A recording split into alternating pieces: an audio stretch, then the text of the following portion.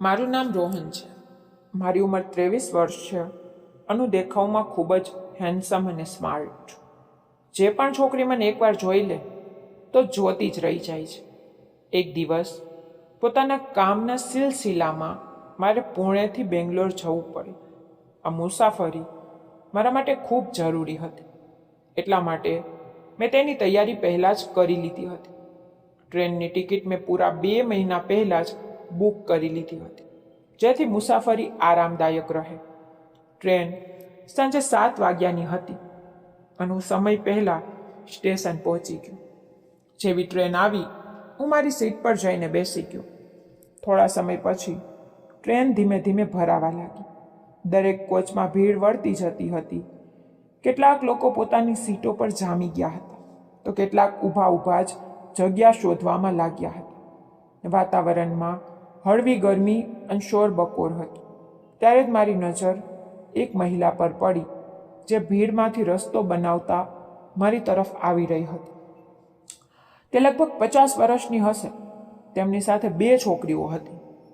ત્રણેય પોતાની જગ્યા શોધતા મારી પાસે આવી અને મારી સામેવાળી સીટ પર બેસી ગઈ.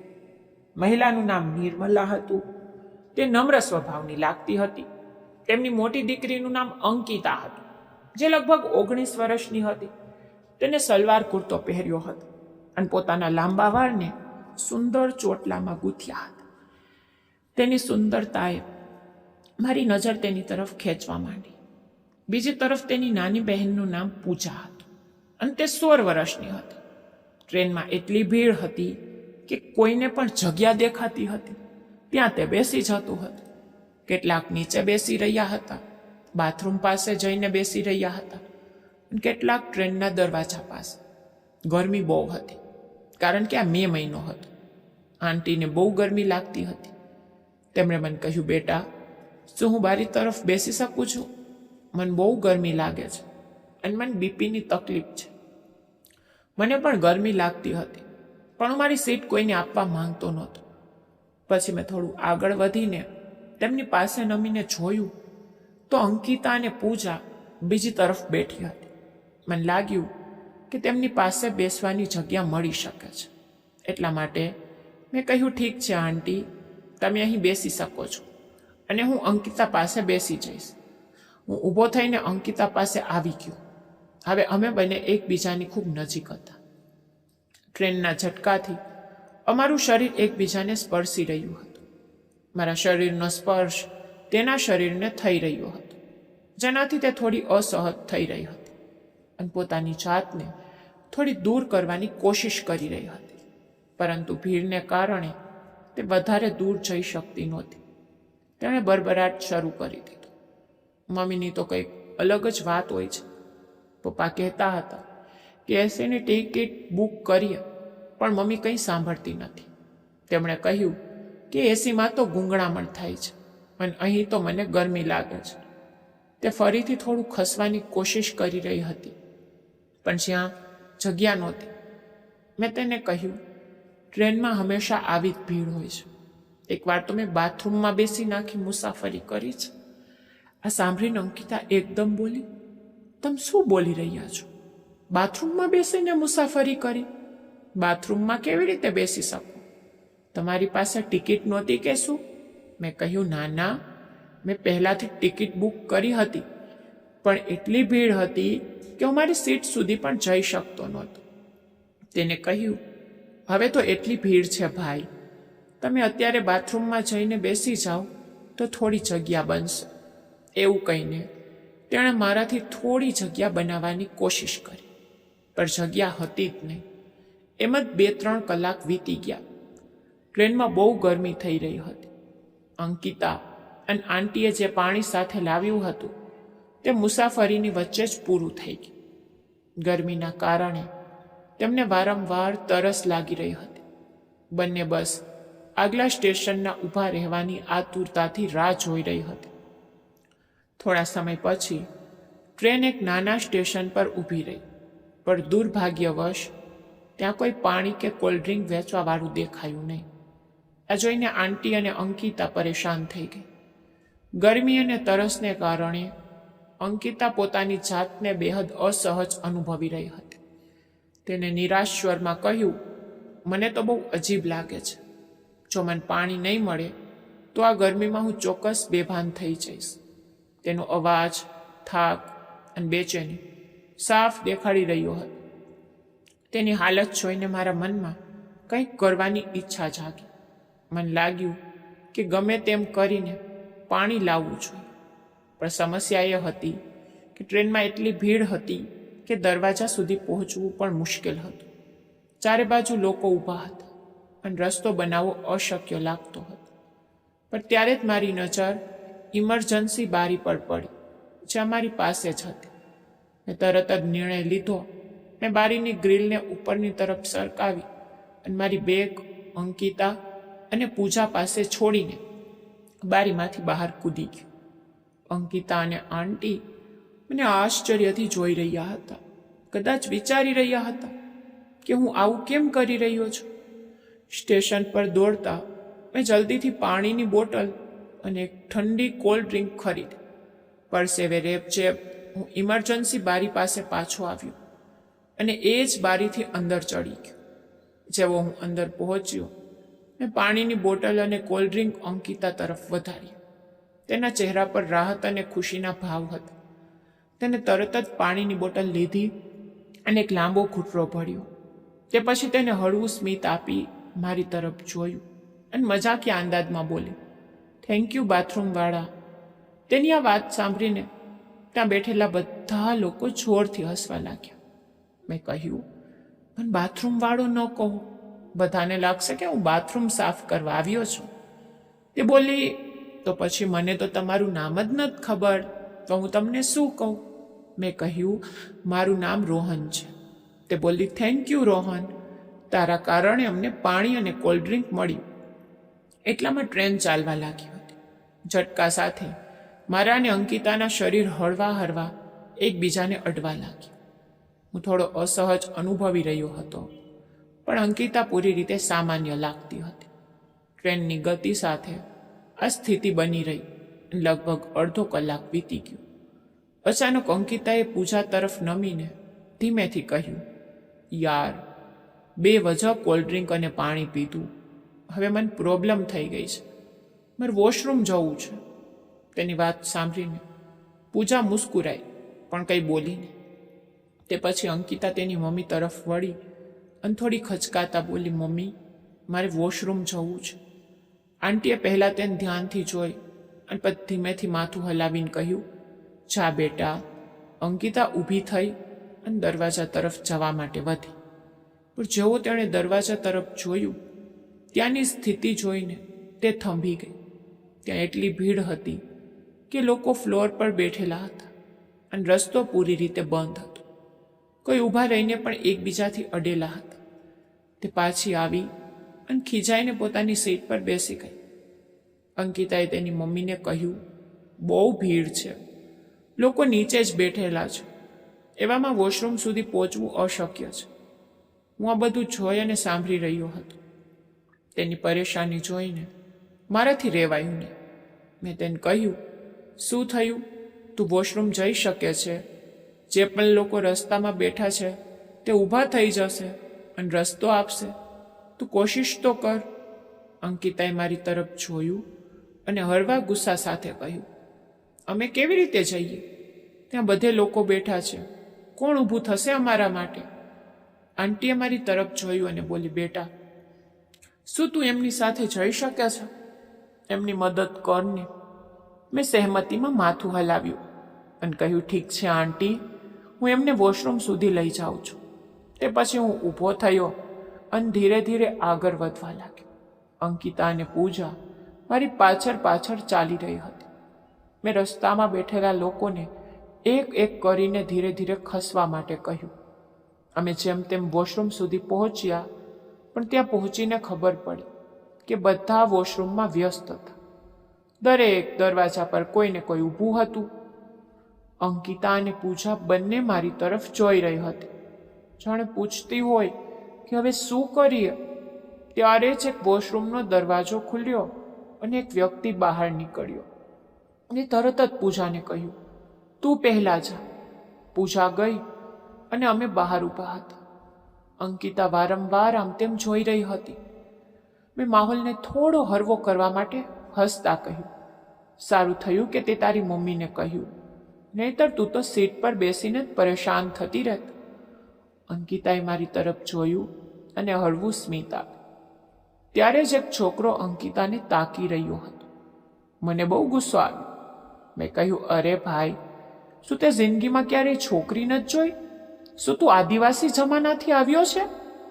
ક્યારેય કોઈ છોકરી જોઈ નથી કે શું? મારી આ વાત સાંભળીને તે બીજી તરફ જોવા લાગી.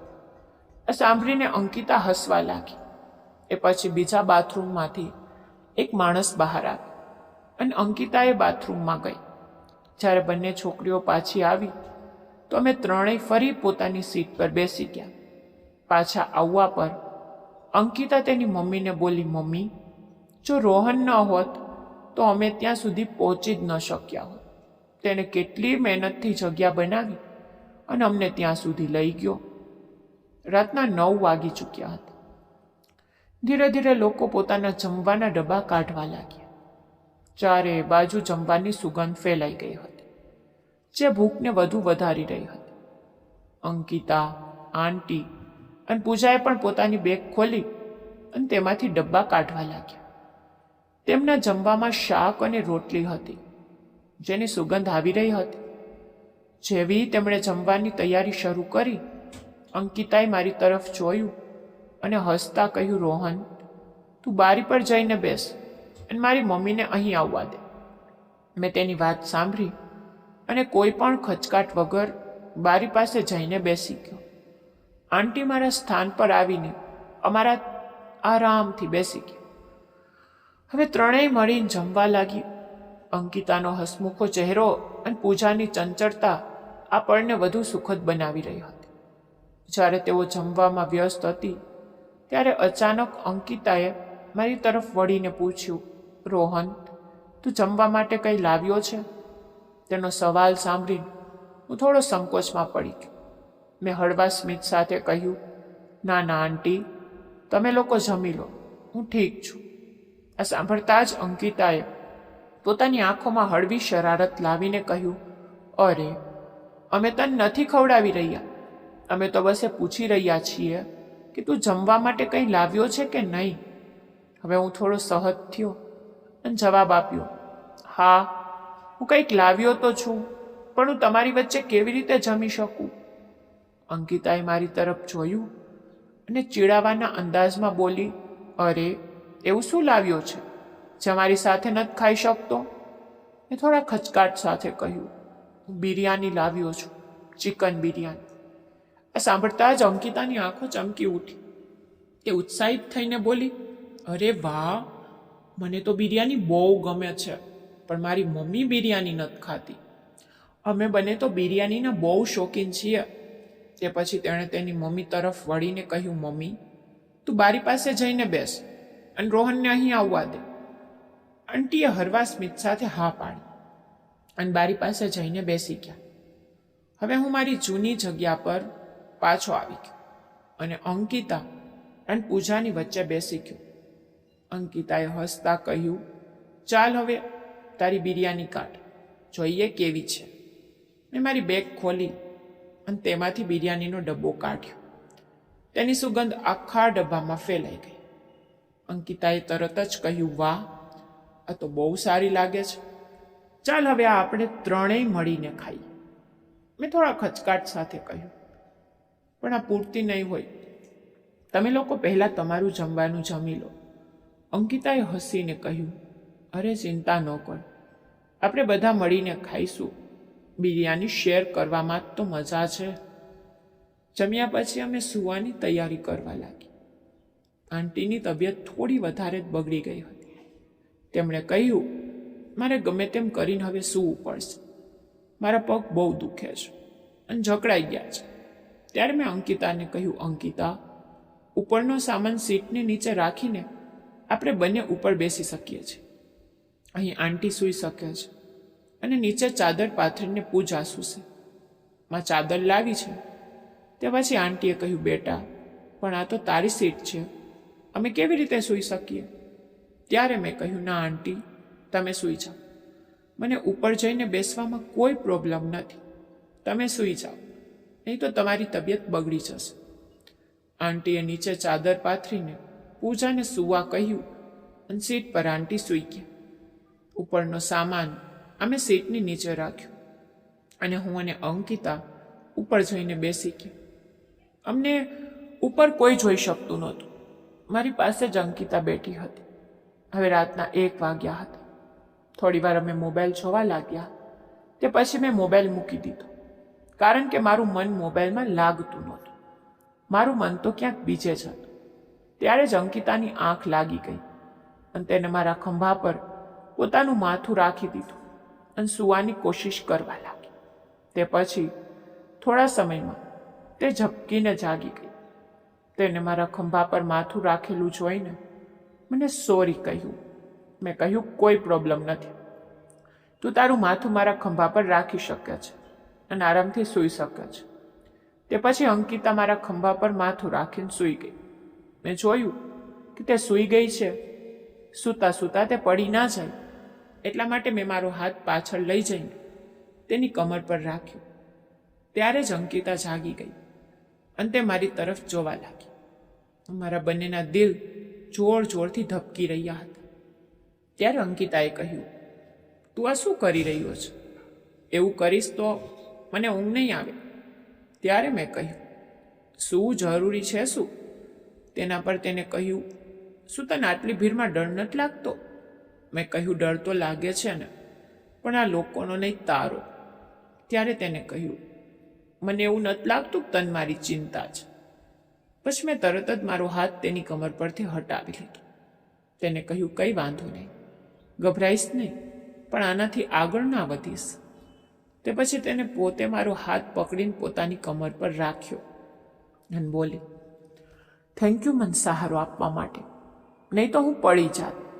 બધા લોકો સૂઈ ગયા હતા, પણ અમે બંને જ જાગતા હતા અને અંદરો અંદર વાત કરી રહ્યા હતા.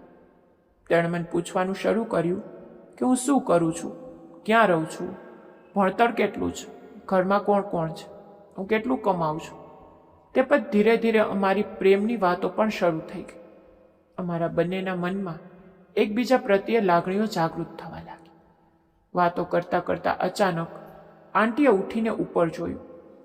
જ્યારે તેમણે અમને વાતો કરતા જોયા ત્યારે અંકિતા તરત જ સૂવાનો નાટક કરવા લાગી.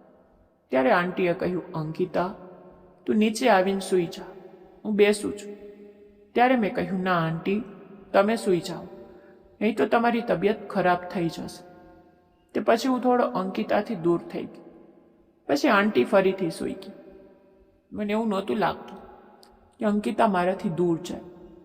થોડી વાર પછી અંકિતાએ મારો હાથ પકડીને મને કહ્યું, સૂઈ ગયો શું રોહન? ત્યારે મેં પણ તેનો હાથ પકડી લીધો અને ધીરે ધીરે પંપાડવા લાગ્યો. પછી મેં કહ્યું, આટલી સુંદર છોકરી પાસે બેસીને સૂવાનું મન કેવી રીતે થશે?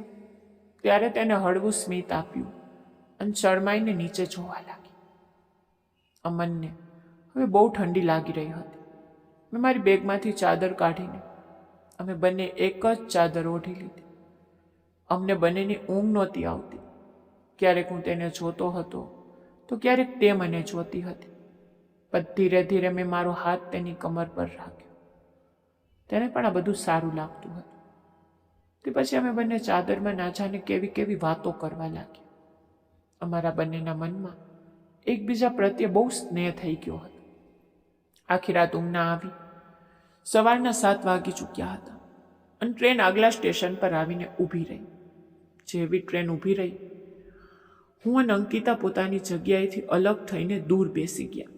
મેં મારી ચાદર ઓઢી લીધી જ્યારે અંકિતા બીજી તરફ જઈને બેસી ગઈ. આંટી જ્યારે ઉઠ્યા ત્યારે તેમણે જોયું કે અમે બંને એકબીજાથી દૂર થવાની કોશિશ કરી છે. તેમણે અંકિતાને જોઈ જે સૂવાનો નાટક કરી રહી હતી. આંટીએ તેને હળવેથી ઢંઢોળતા કહ્યું, બેટા ચાલ, બાથરૂમમાં ફ્રેશ થઈ લઈએ. અત્યારે જઈશું તો આરામથી થઈ જશે, નહીં તો થોડી વાર પછી બહુ ભીડ થઈ જશે. અંકિતા અનિચ્છાએ ઊભી થઈ ગઈ. પછી આંટીએ મારી તરફ જોતા કહ્યું, રોહન, તું પણ ઉઠી જા અને ફ્રેશ થઈ. મેં તરત જ ચાદર હટાવી અને તેમની સાથે ચાલી નીકળી. અમે ત્રણેય વારાફરથી બાથરૂમમાં જઈને ફ્રેશ થઈ ગઈ. તે પછી અમે સ્ટેશન પર ઉતરીને પાસેના સ્ટોલ પરથી ચા અને નાસ્તો લીધો. અમે સાથે બેસીને નાસ્તો કર્યો. એ સમયે પણ અમારી વાતચીતમાં હસી મજાકનો સિલસિલો ચાલતો રહ્યો. નાસ્તો કર્યા પછી અમે ફરીથી ટ્રેનમાં આવીને બેસી ગયા. ટ્રેન ધીરે ધીરે સ્ટેશનથી આગળ વધવા લાગી. દિવસભરની મુસાફરી એમ જ ચાલતી રહી. અમે ત્રણેય સાથે જમ્યું અને એકબીજાની કંપનીનો આનંદ લીધો. પણ સાંજે લગભગ 4 વાગ્યે અચાનક ટ્રેન ઊભી રહી ગઈ. પહેલાં તો અમને લાગ્યું કે આ કોઈ સામાન્ય અડચણ છે અને ટ્રેન જલ્દી જ ચાલવા માંડશે. પણ ઘણીવાર રાહ જોયા પછી પણ ટ્રેન હલી નહીં. થોડી વાર પછી ટીટી બારી પાસે આવ્યો અને અમને જણાવ્યું કે ટ્રેન 3 કલાક માટે ઊભી રહેશે. એન્જિનમાં કંઈક ટેકનિકલ ખામી થઈ ગઈ છે, જેને ઠીક કરવામાં આવી રહી છે. આ સાંભળીને અમે બધા નિરાશ થઈ ગયા. હવે ટ્રેનમાં બેઠા બેઠા કંટાળો આવવા લાગ્યો હતો. કોઈ પણ મુસાફર પોતાની જગ્યાએથી ઊભો થતો નહોતો. ટ્રેનમાં ભીડ પહેલાં જેવી જ બનેલી રહી. થોડી વાર પછી ટ્રેન ચાલવા લાગી અને રાત્રે 10 વાગ્યે ટ્રેન બેંગ્લોર પહોંચી. સ્ટેશન પર જ્યારે ટ્રેન ઊભી રહી તો અંકિતા અને તેનો પરિવાર પોતાનો સામાન લઈને પ્લેટફોર્મ પર ઉતરી ગયા. અંકિતાના પપ્પા તેમની રાહ જોઈ રહ્યા હતા. તેઓ એક શાંત અને ગંભીર વ્યક્તિ હતા. જેવા તેમણે આંટી પૂજા અને અંકિતાને જોયા, તેમના ચહેરા પર રોનક અને ખુશી દેખાવા લાગી. તેમણે આંટીને કહ્યું, મુસાફરી કેવી રહી? તમે બધા ઠીક તો છો? આંટીએ હસતા હસતા જવાબ આપ્યો, હા, મુસાફરી આરામદાયક હતી. રોહન નામના છોકરાએ બહુ મદદ કરી. તે બહુ સારો છોકરો છે. તે પછી તેમણે મારી તરફ જોયું અને હસતા બોલ્યા, ધન્યવાદ બેટા, તે મારી પત્ની અને દીકરીઓની આટલી મદદ કરી. મેં ખચકાતા કહ્યું, કંઈ વાંધો નહીં અંકલ, એ તો મારી ફરજ હતી. જવા તેઓ કાર તરફ વધવા લાગ્યા. અંકિતાએ થોડું પાછળ વળીને મારી તરફ જોયું. તેની આંખોમાં ઊંડાઈ અને લાગણીઓનો સમંદર હતો. હું આ પળને એમ જ જવા દેવા નહોતો માંગતો. એટલા માટે મેં ખચકાતા કહ્યું, અંકિતા, ઊભી રહે. અંકિતા પળભર માટે થોંભી અને પલટીને મારી તરફ જોવા લાગી. મેં મારો ફોન કાઢ્યો અને કહ્યું, તારો નંબર આપી દે, વાત થતી રહેશે. તે હસી અને પોતાનો નંબર મને આપ્યો. મેં પણ મારો નંબર તેને આપ્યો. આ પળ અમારી વચ્ચે એક અણબોલ્યો વાયદો બની ગયો હતો. તે રાત્રે ઘરે પાછા ફરતા મારા મનમાં માત્ર અંકિતાની યાદો હતી. તેનું સ્મિત, તેની વાતો અને અમારી ટ્રેનની મુસાફરી દરમિયાન વિતાવેલી દરેક પળ મારા મગજમાં ઘૂમી રહી હતી. તે પછીના 6 મહિના અમારા જીવનના સૌથી ખાસ દિવસોમાંના એક હતા. અમે કોલ અને મેસેજ દ્વારા સતત જોડાયેલા રહ્યા. દરરોજ અમારી વાતો કલાકો સુધી ચાલતી. પછી દિવસ હોય કે રાત, અમારી વાતચીતમાં એક અલગ જ અપનાપણું અને ઊંડાઈ હતી. ધીરે ધીરે અમારી દોસ્તી પ્રેમમાં બદલાઈ ગઈ. આ દરમિયાન હું મારા કરિયરને લઈને બહુ ગંભીર થઈ ગયો હતો. મેં નક્કી કરી લીધું હતું કે જ્યાં સુધી મને એક સારી નોકરી નથી મળતી, ત્યાં સુધી હું અંકિતાના પરિવાર સાથે લગ્નની વાત નહીં કરું. આખરે મારી મહેનત રંગ લાવી અને મને એક સારી નોકરી મળી ગઈ. મારી સેલેરી 50,000 હતી અને મારી પારિવારિક સ્થિતિ પણ હવે ઠીક થઈ ચૂકી હતી. મેં મારા દિલની વાત અંકિતાના પરિવાર સામે રાખવાનો નિર્ણય લીધો. એક દિવસ હું અંકિતાના ઘરે ગયો. આંટીએ મને જોઈને ખુશ થઈને સ્વાગત કર્યું અને તરત જ અંકિતાના પપ્પાને બોલાવ્યા. અંકિતાના પપ્પા મને જોઈને બોલ્યા, હા બેટા, કેમ આવું થયું? મેં હિંમત ભેગી કરીને કહ્યું, અંકલ, હું અંકિતા સાથે લગ્ન કરવા માંગુ છું. અમે બંને એકબીજાને બહુ પ્રેમ કરીએ છીએ. તેમના ચહેરા પર હળવી ગંભીરતા આવી. તેમણે મને બેસવાનું કહ્યું અને પછી પૂછ્યું, તું શું કરે છે, ક્યાં રહે છે અને તારી સેલેરી કેટલી છે? મેં ઈમાનદારીથી જવાબ આપ્યો. અંકલ, મારી સેલરી 50,000 છે. હું એક સારી નોકરીમાં છું. મારી પારિવારિક સ્થિતિ હવે સ્થિર છે. આંટી, જે મને પહેલેથી જ જાણતા હતા, તેમણે હસતા પોતાના પતિને કહ્યું, આ છોકરો બહુ સારો છે. મેં તેને ટ્રેનમાં જોયો છે. તે માત્ર આપણી દીકરીઓની જ નહીં પણ બીજાની પણ મદદ કરે છે. તેમની વાત સાંભળીને અંકિતાના પપ્પાએ મને થોડી ક્ષણ જોયો, પછી બોલ્યા, શું તું ખરેખર મારી દીકરીને ખુશ રાખી શકીશ? મેં આત્મવિશ્વાસ સાથે કહ્યું, અંકલ, અંકિતા મારી જિંદગીનો સૌથી મહત્વનો હિસ્સો છે. હું તેને દરેક હાલમાં ખુશ રાખીશ. તેમના ચહેરા પર હળવું સ્મિત આવ્યું અને તેમણે કહ્યું કે ઠીક છે, જો તમે બંને એકબીજાને આટલો પ્રેમ કરો છો તો મને કોઈ વાંધો નથી. આ સાંભળતા જ અંકિતા અને મારી ખુશીનો પાર ન રહ્યો. જલ્દી જ અમારા લગ્નની તૈયારીઓ શરૂ થઈ ગઈ. અમારા લગ્ન બહુ ધામધૂમથી થયા. પરિવાર, મિત્રો અને સંબંધીઓ આ ખાસ દિવસોનો હિસ્સો બન્યા. તે દિવસે મને અહેસાસ થયો કે જીવન ક્યારેક સૌથી સુંદર ભેટ ત્યાં જ આપે છે જ્યાં તમે તેને શોધવાની આશા પણ નથી કરતા. ટ્રેનની તે મુસાફરી મારા માટે એક નવી શરૂઆત હતી. ત્યાં જ મને મારી જીવનસાથી મળી અને એ જ મુસાફરીએ મારી જિંદગીને નવી દિશા આપી. હવે અમે બંને ખુશી ખુશી પોતાની જિંદગી વિતાવી રહ્યા છીએ અને દરરોજ તે મુસાફરીને યાદ કરીને મુસ્કુરાઈએ છીએ. તો મિત્રો, તમને આ વાર્તા કેવી લાગી? ગમી હોય તો વિડીયોને લાઈક જરૂર કરજો અને ચેનલને સબસ્ક્રાઈબ જરૂરથી કરી દેજો. ધન્યવાદ.